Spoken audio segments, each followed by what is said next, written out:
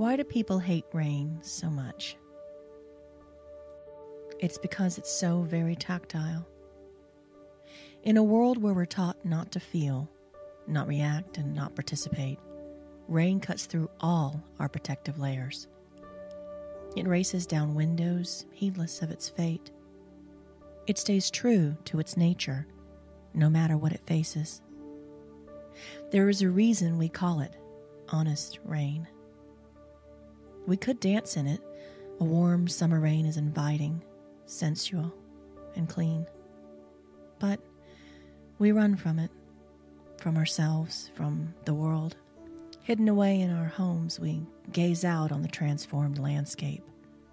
Under the darkness of the gathered clouds, we feel safe to shed the tears we have held back in public for the thousand things that wound us that we can't let show.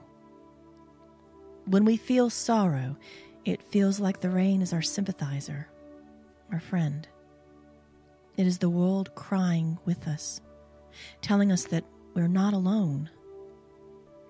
But the rain never changes, and like a drunken confession in a dimly lit bar, we are uncomfortable facing our confessor after the moment has passed. We don't want to look upon it when we're feeling better. Introspection is a lost art in our day and age. But the rain returns with the turning of the seasons, a more faithful friend than most, and it brings lessons in life, love, sharing, sorrow, and true freedom. If only we listen closer, lean in, and watch the rain dance its truth.